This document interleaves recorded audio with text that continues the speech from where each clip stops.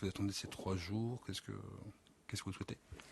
Alors, concernant M. Niac, évidemment, lui, ce qu'il attend, c'est une réduction de la peine qui avait été prononcée en première instance, tant au regard de la participation de ces faits-là, que par rapport à sa personnalité, et puis surtout, les faits sont poursuivis comme ayant été commis en bande organisée, et je crois qu'il y a un débat qui devrait avoir lieu sur cette bande organisée qui ne paraît pas caractérisée en l'espèce.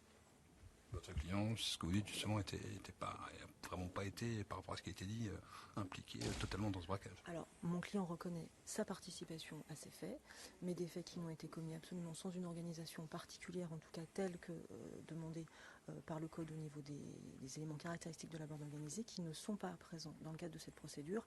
Et il est extrêmement rare qu'un vol sans arme soit renvoyé devant une cour d'assises. La pratique, c'est que ce soit correctionnalisé, et en tout état de cause, les peines qui ont été prononcées en première instance n'auraient pas été aussi importantes si ce dossier avait été renvoyé devant le tribunal correctionnel. Donc c'est ce qualificatif qui est pas... Principalement, oui. C'est la raison pour laquelle, notamment, mon client avait souhaité faire appel du jugement rendu en première instance.